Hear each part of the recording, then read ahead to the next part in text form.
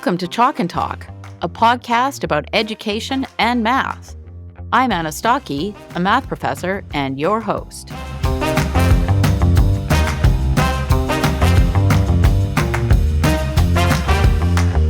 Welcome back to another great episode of Chalk and Talk. This episode is available in both audio and video. Please give the show a follow on YouTube, in addition to your podcast platform. You'll find a link to my YouTube channel in the show notes. Now, before we get started, I'd like to acknowledge new support from the Trottier Family Foundation through a grant to the University of Winnipeg to fund the Chalk and Talk podcast. This helps me to continue to share high-quality, evidence-informed content that connects research with practice to strengthen math education. I've got a really great episode today. My guest is Dr. Nuno Crato, research professor of mathematics and statistics at the University of Lisbon and Portugal's former Minister of Education from 2011 to 2015. He led sweeping reforms that transformed the country's education system and dramatically improved its international standing in PISA and TIMSS. If you're not familiar, PISA assesses 15-year-olds in reading, math, and science, and TIMSS measures grade 4 and grade 8 achievement in science and math. Now, in our conversation, Nuno shares how he was unexpectedly called to serve as Minister of Education during a financial crisis and why he accepted the challenge. We discuss his vision that everything starts with the curriculum, how he refocused schools on fundamentals like reading and math, and the role of standards, accountability, and student support. He explains how his reforms raised rigor while also helping struggling students. And he shares what his statistical analyses of PISA and TIMSS reveal about the characteristics of effective education systems, underscoring the broader lessons that policymakers can take from Portugal's remarkable improvement. I hope you like this episode as much as I do. Now, without further ado, let's get started. I am honored to have Dr. Nuno Crato joining me today. He is a research professor of mathematics and statistics at the University of Lisbon in Portugal. He currently serves as president of the Education Initiative. That's how we'd say it in English. It is a nonprofit organization dedicated to fostering student success. He has a PhD in applied math and statistics. His research focuses on stochastic models, econometrics, and the statistical evaluation of education policy, with particular attention to international assessments such as PISA and TIMSS. He was president of the Portuguese Mathematical Society for 3 terms, making him the longest continuous serving president of the society. From 2011 to 2015, he served as Portugal's Minister of Education and Science, where he spearheaded major reforms that emphasized a knowledge-based curriculum, external student evaluation, rigorous teacher preparation, and school accountability. And these changes contributed to Portugal's strongest ever performance in international benchmarks such as PISA and TIMSS. He's also a very prolific author. His books include Figuring It Out, a math popularization book, Data-Driven Policy Impact Evaluation, and Improving a Country's Education, PISA 2018 Results in 10 Countries. And recently, he co-authored Developing Curriculum for Deep Thinking with some well-known educational specialists, including Tim Surma, Paul Kirschner, and others. His contributions to education have been recognized with several awards, including the European Mathematical Society First Prize for Public Awareness in Mathematics and the European Science Award for Science Communicator of the Year. Welcome, Nuno. Welcome to the podcast. Very nice to be here, Anna. Thank you for the invitation. Yes, I'm really excited to hear about all the things you've done in Portugal and around the world, really. So let's just start with a bit of background, just because things could be different there in terms of how the Minister of Education is appointed. So, my understanding is that in Portugal, the Minister of Education is appointed by the Prime Minister. So, the Minister of Education is not an elected official like they would be here in Canada, and they don't necessarily belong to any political party. Is that correct? That's perfectly correct. Yes, that surprises my English friends because to become a minister, you have to be a member of the parliament, not in Portugal. So the prime minister appoints the ministers, and the ministers are of his choice. And they have to be ratified by the parliament and they have to be ratified by the president of the republic. But essentially, it's pro forma. Okay, got it. Okay, so that's important to understand. So, let's go back to 2011. Let's start there. And I guess for years prior to that, you had been preaching about needing education reforms through books and opinion articles and press interviews, kind of like the stuff I do. So, your views on reforming education were quite well known then throughout Portugal. And now in 2011, I understand that Portugal was in the midst of a severe financial crisis. And you received an unexpected phone call from the new prime minister asking you to become the minister of education. Now, that would be a really surprising phone call. So, what was going through your mind when you got that call, and why did you decide to accept the position? Well, I was really surprised, although some people were talking about my name. But each time there are elections and there is a new cabinet, there are speculations about people. My name has appeared, but had appeared before in other governments and so on. I never paid much attention to it. I was in Berlin, so I went for a conference in Berlin, and when I received the phone call, and I was really almost in shock, and I said, "Well, may I think for a while?" And he told me, "Yes, I'll call you tonight." And I asked, "May I talk to my wife?" Of course, you can talk to your wife, but don't talk to anyone else because this is the rule. If you don't accept, I don't want people whom I'm going then to invite to feel they are a second choice. So don't talk to anyone, talk to your wife, and we'll talk tonight. And that's what happened. So I talked to my wife, and what she told me and made lots of sense. He told me, well, if you accept, it's going to be hell.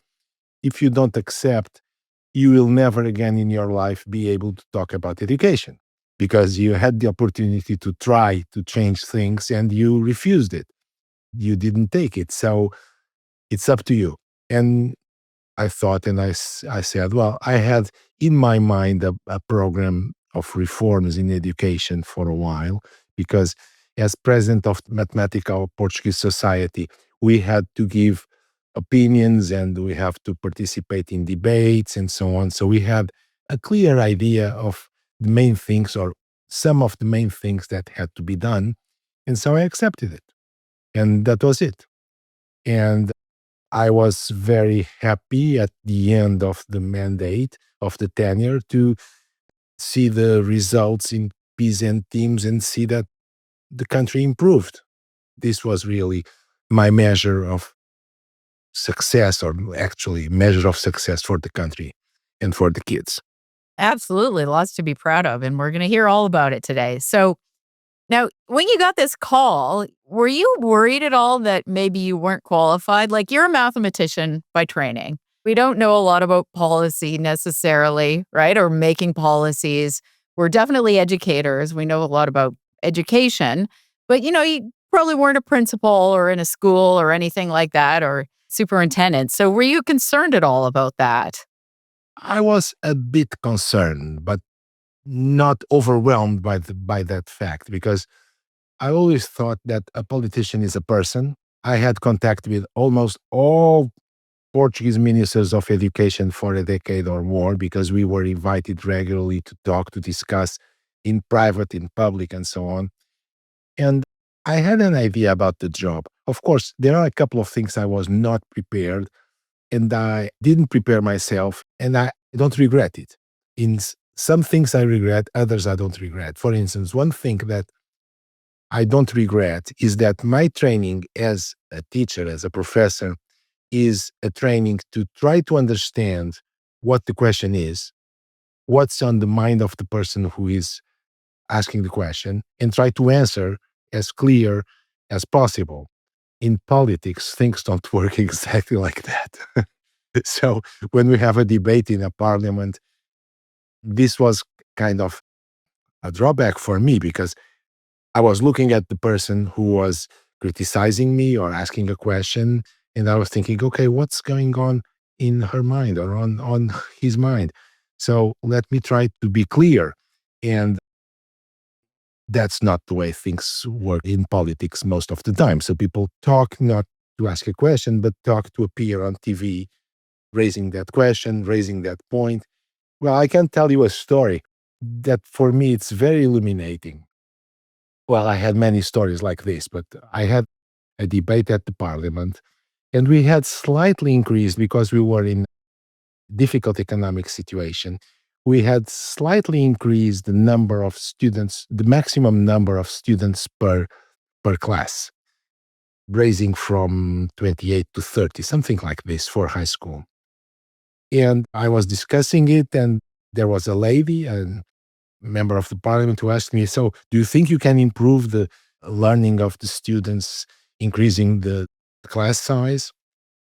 And I answered exactly what I think is that, and that's what data tells us, is that increasing from 28 to 30 or from 30 to 32 or from 24 to 26, or it's not significant, doesn't change things. And we have overwhelming evidence saying that class size, when we are talking about this, I'm not talking about raising from 30 to 70.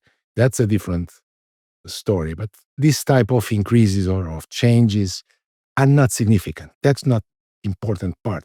There is overwhelming evidence about this from statistics of education, economics of education. It's like a well-known fact. And so I explained to her that. And she told me, well, so you are saying that you are improving the education because with a larger class size, it works better. And I said, no, that's not what I'm saying. And I explained again. And then she asked again. And then I explained again. And finally, I realized what was happening. What was happening is that she wanted to get on TV that sentence. The minister thinks that increasing the class size, situation gets better. And she got it.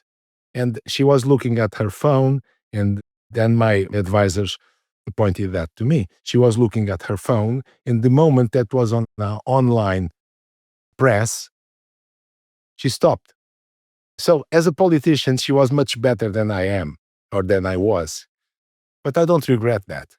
You see, because I don't regret it. Because I think that we should be frank. We should speak the things as they are. Of course, in politics, we have to be cautious about a couple of things. And if the situation repeat, if I had that situation today, maybe I would not repeat the discussion and say, look, I have already explained this. Let's move on. Maybe that's what I would have said. But that's okay. Just an example on how a professor has his mind by training in a different way than a politician.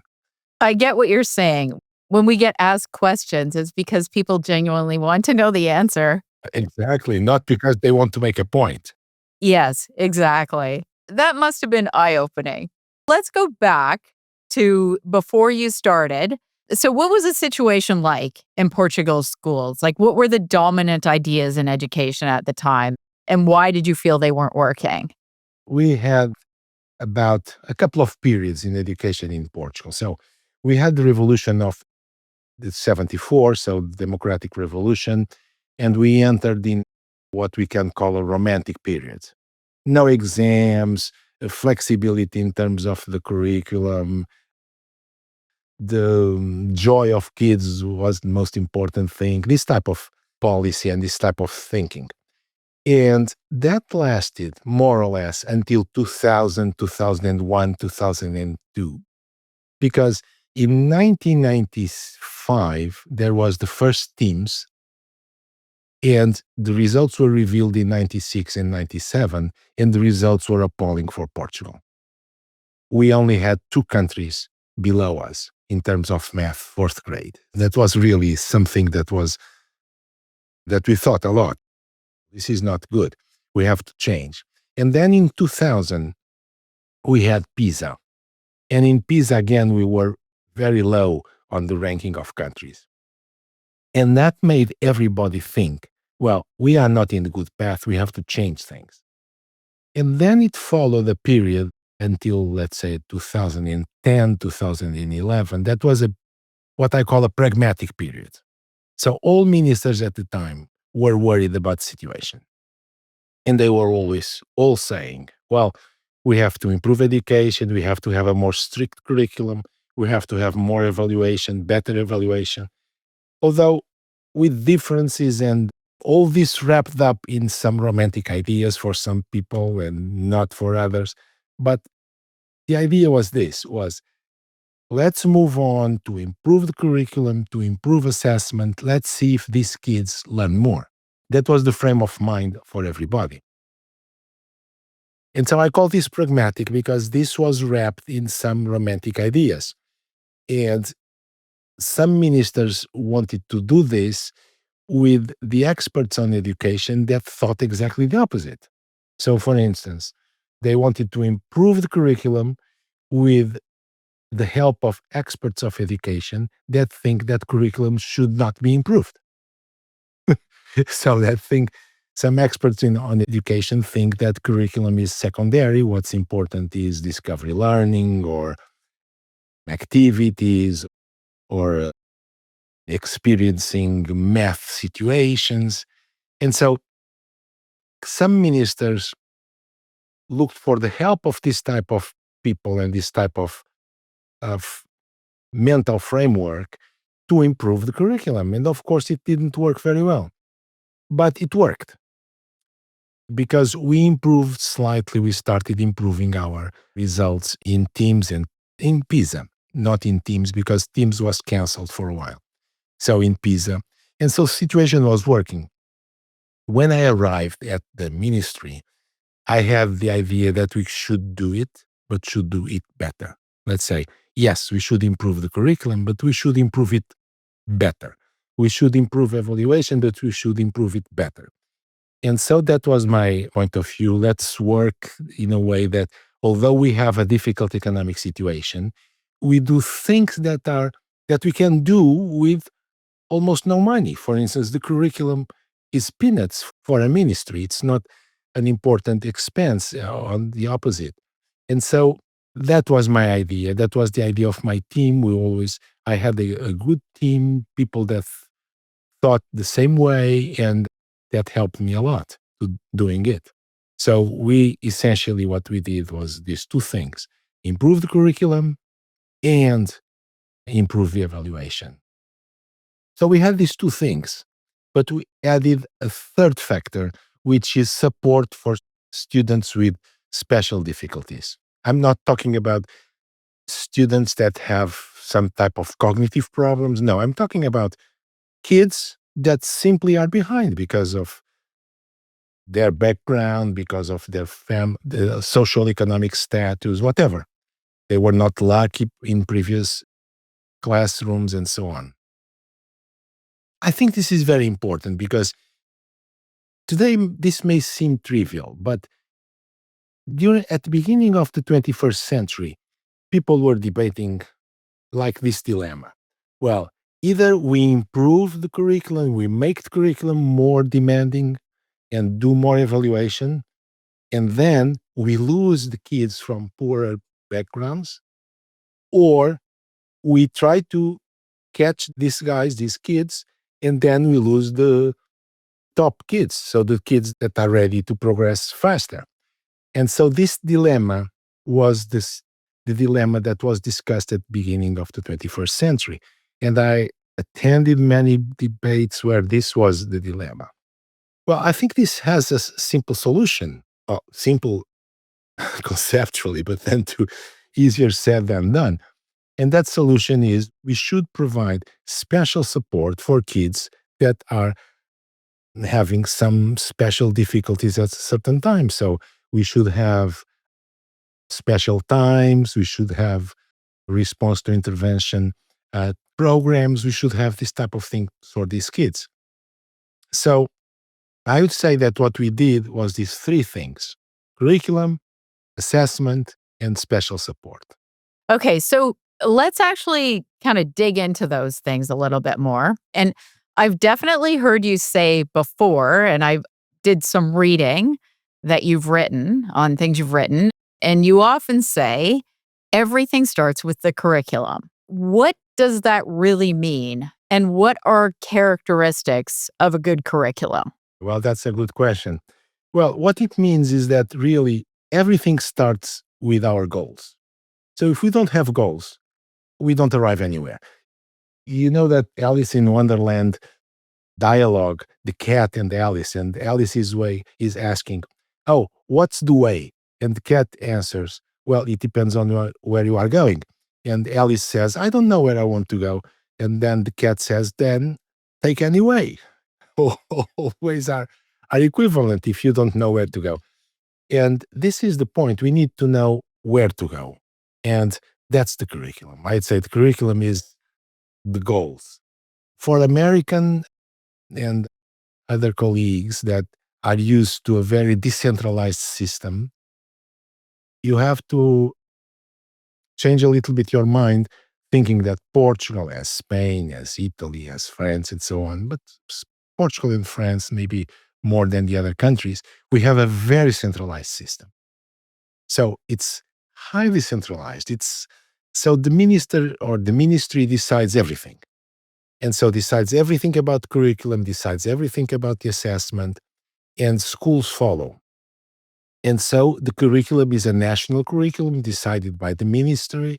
The ministry, of course, has or should dialogue with many people and have many experts in dialogue, but it's the responsibility of the ministry.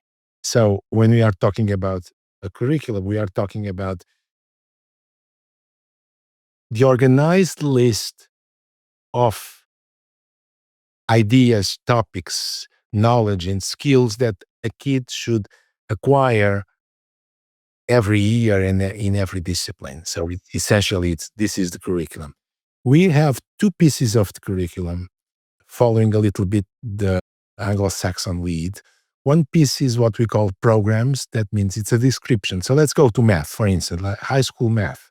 We should say, well, students should know polynomials, should do algebra of polynomials and this type of things. That would be the program. And then we have another piece that we call metas or goals or learning goals. Maybe the best translation is learning goals, in which we say students should be able to define what a polynomial is of degree 2 to start and then degree n. Then students should be able to multiply polynomials, add polynomials, divide polynomials, everything like this of degree n. So all these type of things expressed in what we call learning goals, which are very detailed and need to be detailed, because if we have things completely vague, then one school is very rigorous and next school is not rigorous. And so, and there is this tendency that everybody has that if we are having difficulties, well, we should water down our goals. This is human. It's not, I'm not criticizing teachers. This is human. If I have lots of trouble explaining how to multiply polynomials of degree 2, I avoid going to degree 3. Unless there is a curriculum that says, no, no, you have to be able to multiply of degree n. What n means? N, of course, it's not put everything up to infinity, is give examples of n equals 4, n equals 5. This type of things should be very clear in the curriculum. If you don't have a national curriculum, and if you have a regional curriculum, or if you have a school curriculum, I'd say the same thing needs to be done at a different level, but it needs to be done because otherwise we don't arrive there. We all need goals in life. Okay, so you started by transforming, like making sure that the curriculum got rewritten. Just out of curiosity for math, Did you use the National Math Advisory Panel report or anything like that? Yes, we used that. And for elementary math, we looked at TIMSS very carefully. At Tim's? Yeah, because TIMSS has a list, and there are studies by Bill Schmidt and other people who have studied TIMSS and have studied the coherence of curriculum in many countries compared to TIMSS questions and so on. We looked at that very carefully, and we adapt the curriculum to be more focused and better defined in terms of math progression. And it's a knowledge-based curriculum. What we built was a knowledge-based curriculum. That means knowledge over knowledge over knowledge over knowledge. And you talked about the curriculum being it's going to say the outcomes, the things that we expect students to know. And then you talked about sort of how they should demonstrate those things, right? So, and I've seen similar curriculums here in Canada, by the way. I've looked at them, and sometimes it's that second piece where you can kind of see that someone's trying to dictate pedagogy. So there's sort of comes along with kind of the constructivist type thinking sometimes that children should have to display that they can do things in many different ways because every child has their own way of doing things, right? I don't suppose you ran into any trouble like that. You got people to work on the curricula who were on the same page as you, obviously. Exactly. And with standard algorithms, this type of progression.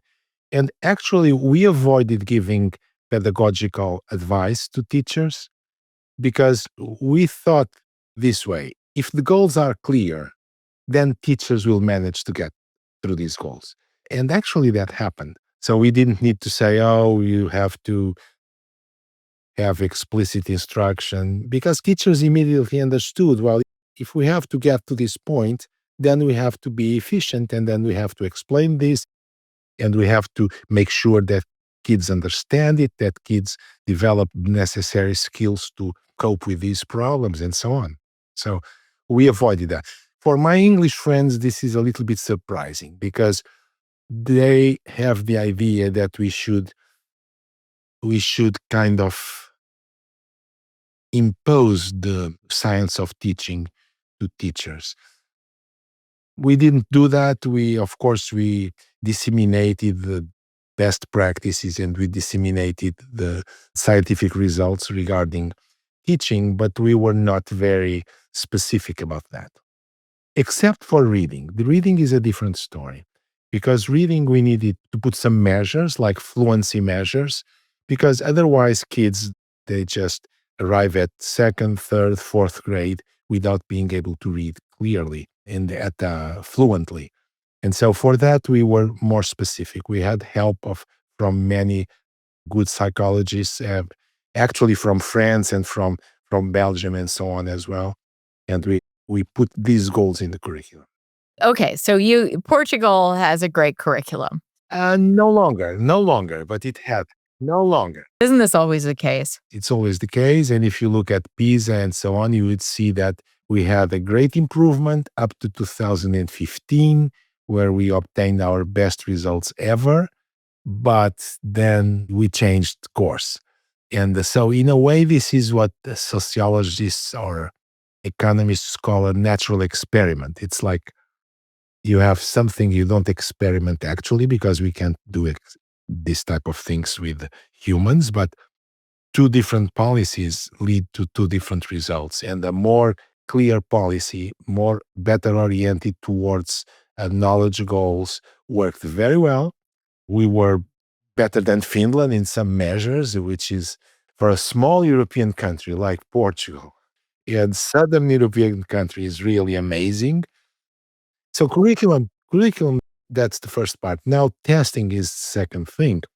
And why do I say that everything starts with curriculum? Because curriculum tells us the goals, and then testing should go for these goals. And testing needs to be well done as well. Because if you test things towards memorization of facts, for instance, if you get your students used to have exams that just ask for dates or for places or for names of heroes or things like that, that's what kids will do. They will memorize these things. But if you have exams in history in which you ask for what were the main causes of the First World War, how the First World War was different in terms of from the Second World War, things like that. What are the great movements in history? And if you teach these to your students, then testing is good. It's like, I think the best example is this. You want to learn English, not as a specialist in English literature, but you want to learn English as a tool. What's the best testing you have for that? Is English, is spoken, to read, to, to read, to write, and to speak. And so teaching to the test is teaching to know in a way. So this idea that we teach to the test, well, we teach to the test. That's not a problem if the test is aligned with the curriculum, which is not easy sometimes. I completely agree. There is absolutely nothing wrong with teaching to the test as long as these are good tests. By the way, on the curriculum changes, you mentioned in some of the pieces that you wrote something about moving away from vague subjects. So the schools were, my understanding is there were some vague subjects that they were focusing on. So can you give an example? Like what were they focusing on? Project area, for instance, this was kids should do projects and should have 4 hours a week for projects. Then they should do citizenship education and they should have 3 hours a week for that. Without a clear understanding of what are they doing in a project. Projects are great, but if you have a clear intention in terms of what we are teaching. For instance, you do a project for math. They are not so easy to do projects for math. They're not so easy. You have to, what do you want kids to learn? That's what should be in your mind when you are doing a project. Maybe examples in other areas are easier than math. For instance, I came across in a Southern American country some time ago of a project. The teacher was very happy. She was doing a project of coloring the map of South America. And then kids were coloring the map, and this was in fourth grade. They were very happy because some would put soccer players in some countries and would put regional things in other country and so on and so on. And then at the end, so this was in a debate, a workshop, at the end, people asked the teacher, what did they learn? Did they learn the capitals, the number of the countries, the borders, the cultures, the geography? And the teacher couldn't answer. Well, what does this mean? It means that the kids were concentrating on how to cut the soccer players, how to choose the right colors, how to choose the right glue to put the things one over the other, and without a clear goal. And so, of course, they could learn a lot about coloring and cutting, paper cutting, but did they learn something about geography? No. And so projects should be designed in a way that very clearly for the teacher, what the knowledge goal should be very clear for the teacher, and everything should be oriented for that. And it's not easy to do that. And in math, it's not easy to do it. Maybe even more difficult than in other areas. I can talk about projects that I do in at university, but that's for master students. Oh, yes. Like real math projects require a lot of knowledge, right? You can do a science project or some sort of other project where you do some statistical analysis. You can do things like that. But to do an actual math project is going to be almost impossible for a student, right? So, but I'm pretty sure listeners are going to be familiar with the type of vague subjects then that you're talking about. We're very familiar with the project based learning. And I agree that there's not a lot of learning going on. It looks good, right? You can display the projects and it's busy and it seems like fun. But at the end of the day, did students really learn?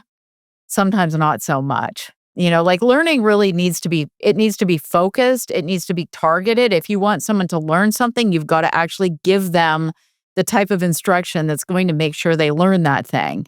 It's got to be very focused. Exactly. And people think there is this misconception that active learning or active methodologies are making things. And active methodologies should be being active here.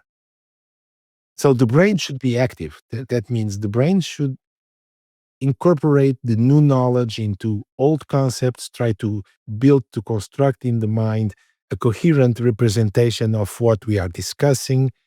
This is active, and this can be done in a very quiet way, not necessarily cutting and moving from one side to the other of the classroom. Although sometimes it's good to have some movement, of course, Sure. Yeah, and we're not against science fairs or science projects and things like that. It's just they really shouldn't be the center of learning. because it's not possible. It's not possible. If you want, just think, I think physics is a good example for that, because if you look at the concepts, just think about a year course in physics in high school or so, or because it's easier to understand. You have to talk about forces, about vectors, about masses, about weights, about all these types of gravitational forces, all these type of things. And if you do everything by a project, you'll never end.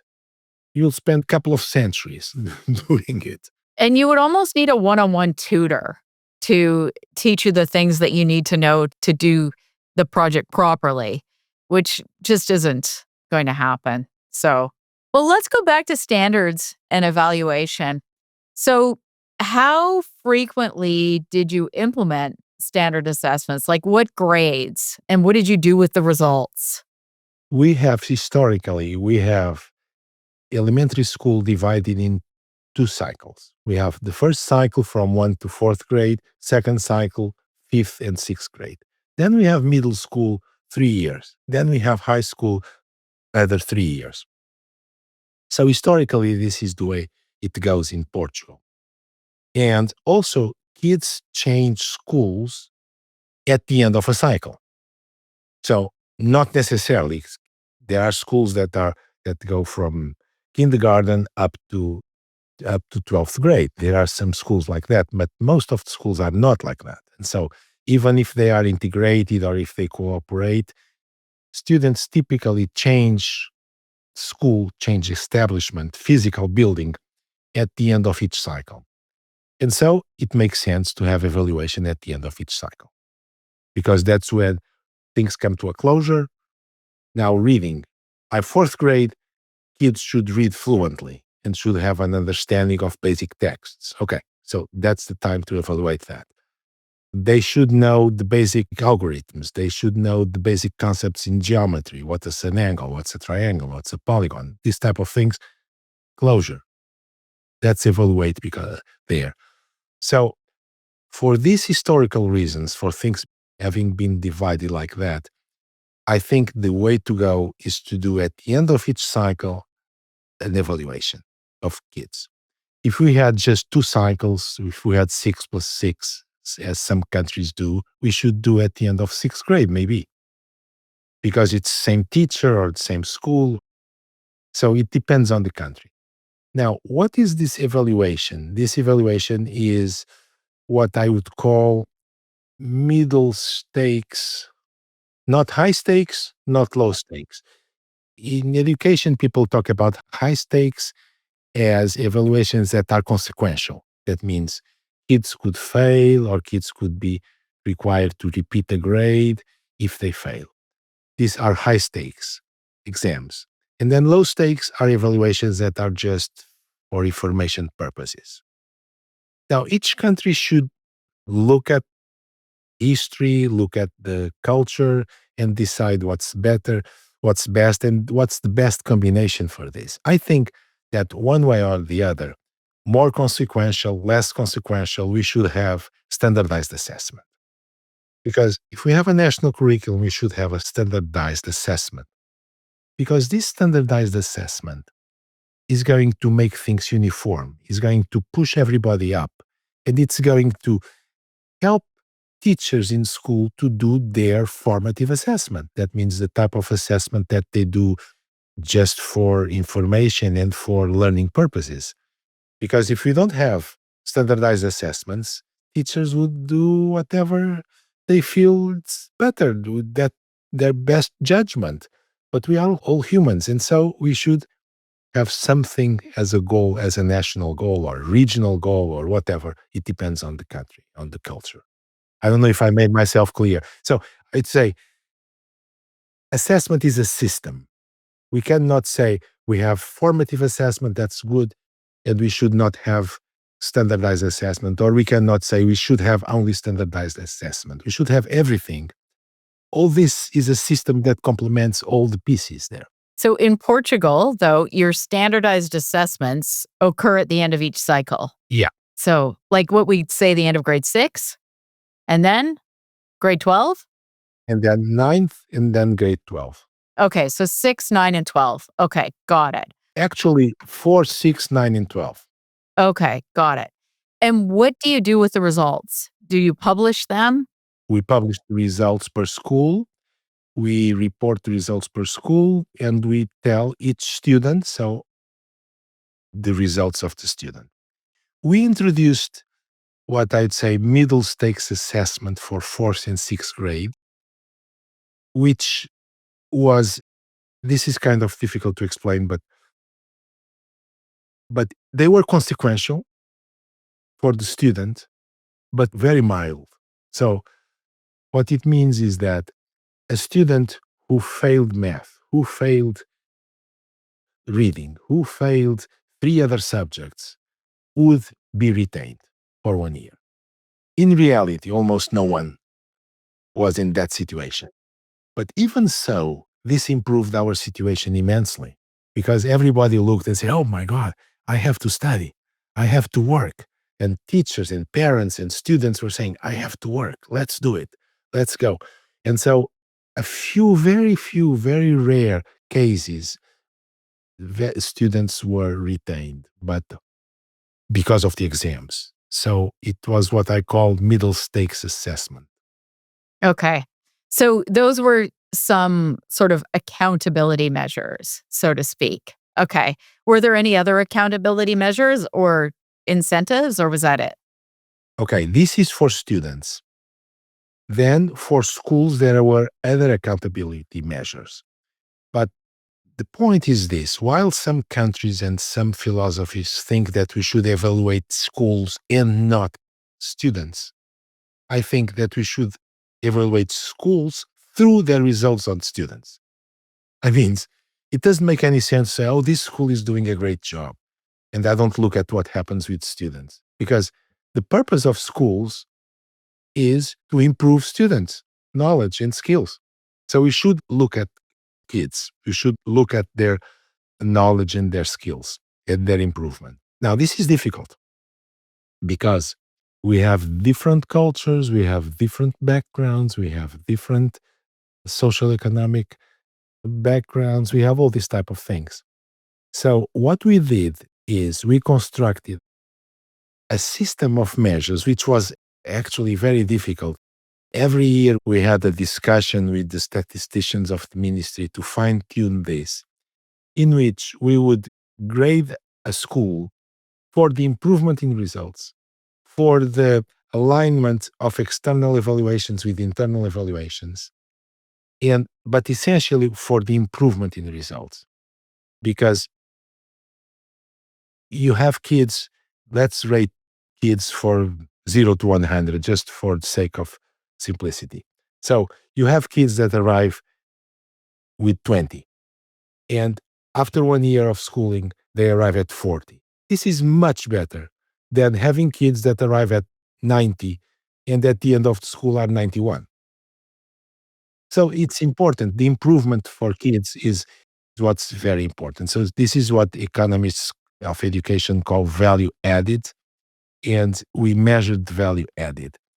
And then what we did is that we gave more resources to schools that were able to show that they use well these resources to improve kids' results. And so this is a very sophisticated and very fine-tuned statistical exercise, but it worked well. It worked well because actually, and this is one thing that gives me some hope in teachers and hope in schools, is that once schools and once teachers have clear goals, they answer. They go for it. They go for it. Although they are hearing all these strange things about learning by discovery learning and project based and active methodologies and all these types of things, once they have goals, they realize that kids are kids, they need to improve, let's work for it. Yeah, if you do actually have to get someone to learn something and it's going to be tested to see if they learn that thing, it's going to drive you towards using the most efficient and the best method. I do think that that's part of the reason that a lot of people don't like testing. A lot of people would say that these kinds of reforms that you're talking about, so like really rigorous curricula and testing and accountability measures and transparency, these things could perhaps negatively impact certain students, like students of low socioeconomic status or students that, are weaker. They don't have a lot of resources at home. So, how did you address that? What do you say to that criticism? Actually, we have numbers. We have numbers. And it's very clear if you look at the analysis of data from TIMSS and PISA and PEARLS, and if you look at our country, each time we improved the situation, the number of low performing students was reduced. Each time we had a less rigorous curriculum, the number of low performing students increased. So the number of low performing students, and with the great oscillations, like 30%, that was the highest level we had when we had a curriculum that was saying this is made for everybody. When we say it's made for everybody, it's made for address the difficulties of lower socioeconomic backgrounds, well, the results are exactly the opposite. These guys are those that suffer most. We have numbers for this, and I have papers published on this with Portuguese numbers. Yeah. And it's a generic situation. We can sit here and theorize all we want, but if you've got data, that does the talking, right? And speaking of that, I do have a question about pedagogy. And I know you said that your curricula and your reforms, you didn't dictate pedagogy. However, people would probably come to you and say, no, no, project based learning is best because you were trying to get rid of some of these vague subjects, as you call them, from the curriculum. And you're a mathematician. Mathematicians don't normally have training in pedagogy. And, you might look at that and say, no, that doesn't make any sense. But did you educate yourself? Like, did you educate yourself on evidence based pedagogy so that you could counter some of these claims? I did. And that's what aggravates most people who discuss with me and are on the other side, is that many times I know more about Ozubel, about Piaget, about Vygotsky, about all these things that they do, because I read a lot about all this. But what I think is very important is that people read modern things about education, because the cognitive psychology has developed immensely in the last 20, 30 years. So we have a lot about the testing effect, for instance. We know now from many experiments in cognitive sciences that by testing we improve. And so this is a surprising factor. But for instance, a student is reading a book. Think about history. Maybe it's better than math, because math we don't read same way we read. So, but math is also a good example. A student reads a book about whatever, about geometry, and says, oh, I understand all this. Oh, I know the angles. Oh, I know the sum of the angles. I know the formula for this. I know that. And that's not a good way to study. A good way to study is to go to the exercises, because the moment you go to the exercises and go to more difficult exercises if you can, the moment you go there, you start understanding that you are not understanding as well as you think. And by solving exercises, you learn a lot. And that's the best way to learn, is to test yourself. And so there is lots of evidence about this nowadays. And there is also lots of evidence from the economics of education and statistics of education that show that once a country introduces exams, that country improves. And once a country quits some exam or abolishes some exams, the country goes down. And this is type of studies that we couldn't have in the 20th century, but we can have now because we have PISA, we have longitudinal data about PISA, about TIMSS, about PIRLS. We have all these external assessments. And we have also data about each country when they introduced an exam, when they abolished one exam. And so we know that more consequential types of testing improves a country's education. And that's like a general rule, and that works in a stronger way for countries that don't have such a good education. The opposite of what we think. So let's say you have a country like Singapore or like Estonia. They have a great system. For them, one exam more, one exam less, it's not that important. We have a country that is struggling. It's good.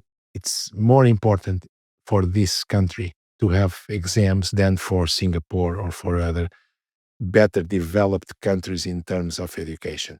That's really interesting. And I'm glad you brought this up. So, because you've actually done a lot of statistical analyses on data collected from PISA and TIMSS, right? And people are always talking about PISA and TIMSS, and correlation isn't causation. That is true. But can we draw any conclusions, say about types of instruction that positively correlate with student success from that data? Actually, we have more than that because correlation is not causation. But once we have a timeline, and in TIMSS and PISA, we have a timeline now. And we know that if we make a change in the curriculum and then situation improves, most likely that's causal. It's not just correlational. And so we have more information about that. But in terms of correlation, there is a very clear study by PISA that shows that the direct instruction is the most effective way of teaching, and that the opposite, so student led instruction, is associated with poor results in education. So, this is a very clear correlation. And there is also a very interesting correlation because PISA tells us that we should develop competencies, we should develop skills, and knowledge is no longer important. Sometimes the OECD officers say that, and I think they are completely wrong because their data shows the opposite. Their data shows that countries who have a knowledge based curriculum are countries that perform better and not countries that have a vague skills based curriculum. And we have lots of examples across the world. One of best examples is Scotland against England. At the same time, England decided to go for a knowledge based curriculum. Scotland decided to go for a skills based curriculum. Scottish results were down, English results were up. So there is something there. I mean, I've found that really interesting about the OECD as well. So they administer PISA, and PISA actually isn't really like a knowledge test in a way, right? So whereas TIMSS is, like in my mind, TIMSS is a much better test. So TIMSS would test like real mathematical skills and whether students would be prepared for future mathematics, right? Whereas PISA is more of a problem solving test. They call it a mathematical literacy test. I probably would, yeah, I'd put it more sort of in the problem solving domain, which is fine. But what's interesting about it is the data actually shows that it's like the knowledge-based curriculums, the direct instruction that actually cause students to do better even on the problem-solving tests. And it's counter to what a lot of people want to be true. including the OECD people themselves, would you say? Yeah, including many of the OECD people. Yes, yes, yes, including them because but that's the reality. And if you just think about anything, like if you study math for solving problems only, you will never develop your math skills because you need to know a lot. I don't know, it depends on the level of math you want. But even for high school math, you need to know a lot. You need to know what are functions, what is continuity, what are limits, what are this, what's infinity, what types of infinity we have, all these type of things you need to know, what rational numbers. And you can't do this through projects and through project-based learning. You have to know a lot. Then you can start solving problems. And it's the same thing. You want to be a piano player, you want to play Beethoven sonatas. Well, start with scales. Start with basic knowledge, and then you will play Beethoven, but it takes time. So, a little more on the PISA and TIMSS data. And I'm curious about money. So, does more money spent on education translate to better outcomes? Well, we have really interesting data on PISA studies. I think OECD did a great job there. Now we have where it's due. So OECD did a great job there because they compared countries and the investment in education, in purchasing power parity and cumulative for students and so on in many countries. And I say that main conclusion is that up to a certain point, so let's say up to a poor European country, more money is correlated with better education. But after that point, it's all the same. You look at Poland and you look at Luxembourg. Poland spends about a third of what Luxembourg spends per student, and Poland has much better results. So, money doesn't explain everything. And actually, I think that there is something that is costs almost nothing and that improves much better education than just pour money on education. And that thing is a curriculum, a good curriculum. And many countries don't start where they should start with a good curriculum, and they just decide to increase the spending in education, buy more computers, and so on. That's not the solution. In terms of bang for the buck, bang for your buck, you'd say curriculum is probably the best one. I'd say so. Anything else? Well, assessment Yes. and support to students with more difficulties. So I'd say these three things are really very important. Let me say something about PISA because when PISA was set for 15 years old. So it's not grade based because it's not for a specific grade. And it made sense because at the time when this was designed, so we are talking about 1995, more or less, when this thing started being designed, PISA aimed to know how well prepared are students at the end of mandatory schooling, because mandatory schooling at that time was essentially 15 or even low than that. Nowadays, most countries have mandatory schooling up to 18 years, 18 years. So maybe PISA should be revised on that because it's no longer measuring what it intended to measure because things changed a lot. Or maybe PISA should be more knowledge based than it is now. But that's for someone else to decide, not for us. But just to explain why we have this contrast between PISA and TIMSS, because they have different goals. So let's talk about your reforms and what happened. So by 2015, Portugal's results in PISA and TIMSS improved dramatically. And so before you started as minister, only two countries were below Portugal. And by 2015, 36 countries were below Portugal, including Finland, as you already mentioned. And everybody just loved to talk about Finland. So they're talking about Portugal now, right? They're not talking about Finland anymore. It's all Portugal now, right? I hope so. And I hope we go back to the dramatic, great improvements we had. Let me just say something. You are compare. Thank you very much, but you are exaggerating what I did in a way, because the two countries you are referring to is in TIMSS 1995. And then the Secretary of State at the moment decided, oh, we have so poor results, better not to do TIMSS again. And so we didn't do TIMSS, which was really very bad policy. And once we resumed in 2011, and that's when I started working at the ministry. So the improvement was really due to a long period in which we have these pragmatic people that, thinking whatever they would think, they would try to improve the curriculum. And so there is a long line of ministers that tried to do their best to improve the curriculum. And if they didn't do better, it's for some problems that they had, but they were trying and they were improving the situation in Portugal. So I think this is also important, because usually things don't come just from a decision of some smart or some stupid guy or whatever who is there. Things come from a country's involvement in improving education. But even that, let me tell you something. I think I'm exaggerating on your time, but let me say something. In education, people think usually that things take a long time to change. Well, it depends. It depends. And I think we should be very clear about this.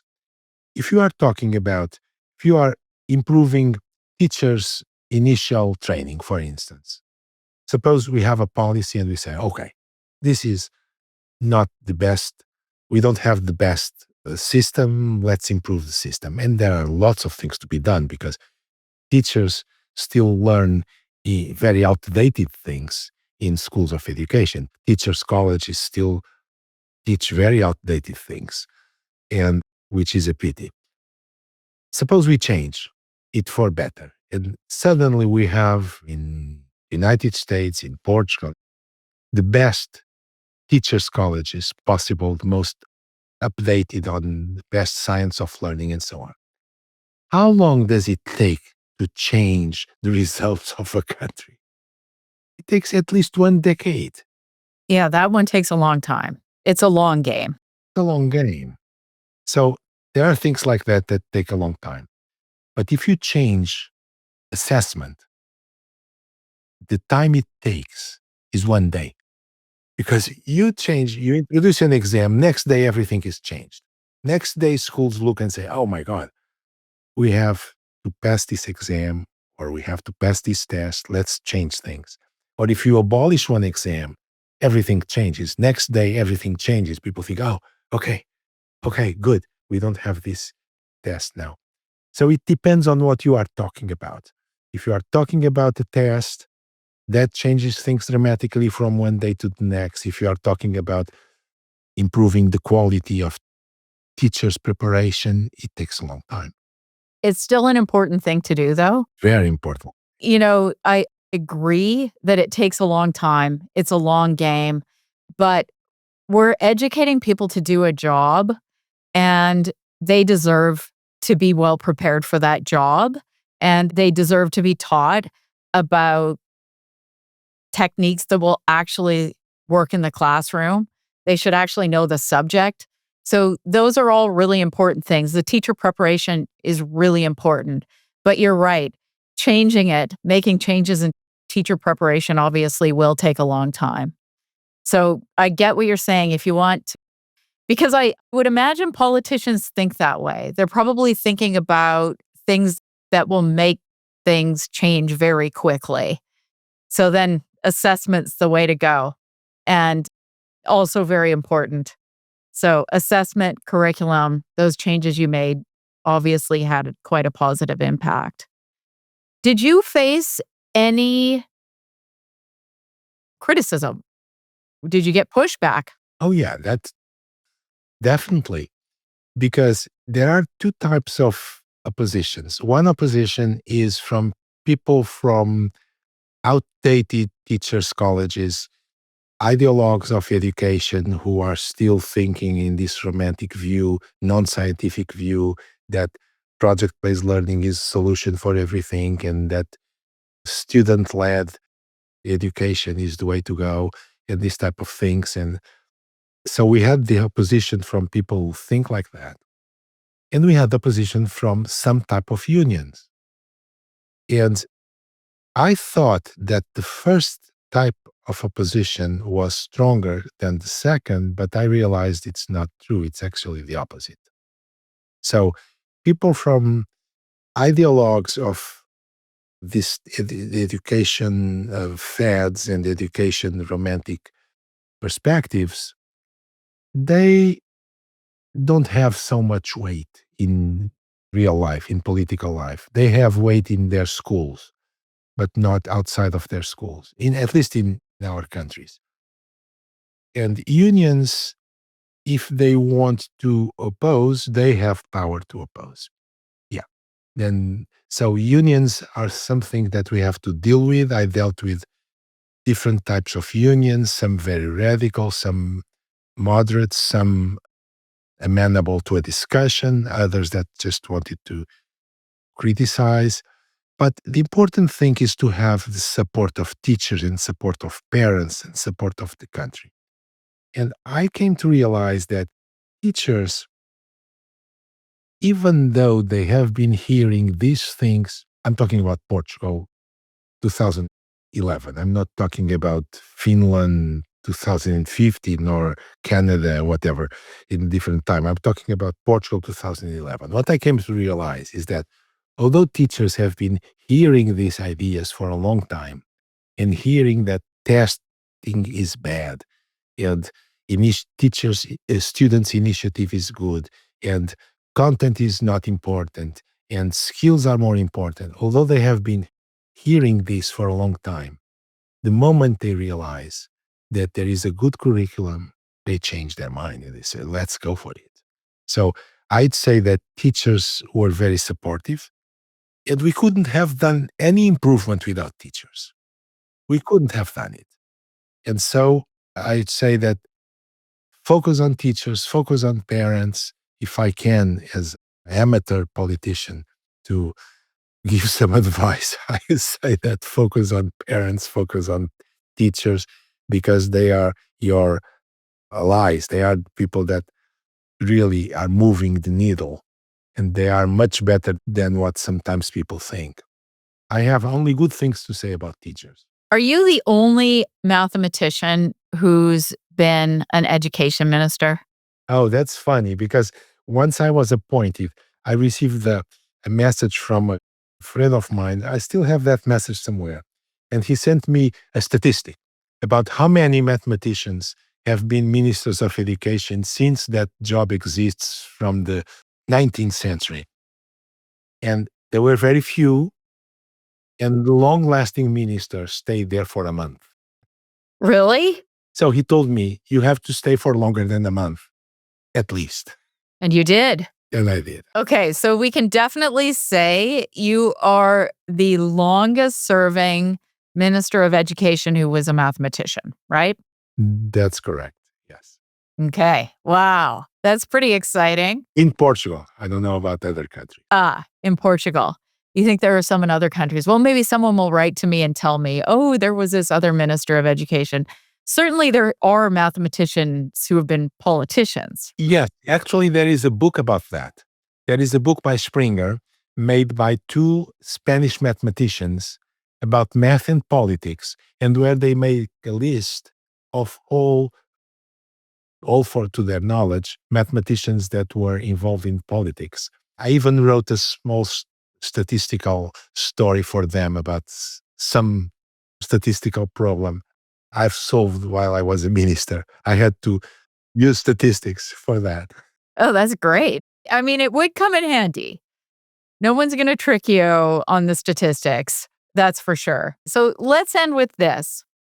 Many countries are struggling today with declining math and reading results all over the world, actually, except, the East Asian countries are doing great. So if you could give some brief advice to policymakers based on Portugal's experience, what would it be? I'm going to sound a little bit repetitive, but I'd say make sure you have a solid curriculum. And in math, that means that concepts are well organized, on top of each other, progressive, rigorous, detailed, and that students get a good grasp of the mathematical concepts and mathematical algorithms and mathematical procedures. So I'd say curriculum and then assessment, and get a great curriculum. Go over, look at Singapore, look at US Math Panel, look at Portugal, look at England, look at a couple of countries and try to get a great curriculum. I say this is what my best advice. There you have it, people. The formula for success, for education success. You heard it here. So it's been an absolute pleasure to talk to you today. I've been a fan of your work for a long time, as you know. We've met previously, so it was just an absolute honor to have you on the podcast today. Thank you so much. Oh, thank you very much for having me. It was a great pleasure. Thank you. If you enjoy this podcast, please consider showing your support by leaving a 5-star review on Spotify or Apple Podcasts. Subscribe on your favorite podcast app to get new episodes delivered as they become available. Chalk and Talk is produced by me, Anna Stokke. You can follow me on X or LinkedIn for notifications, or check out my website, annastokke.com, for more information. This podcast received funding through a University of Winnipeg Knowledge Mobilization and Community Impact Grant funded through the Anthony Swady Knowledge Impact Fund.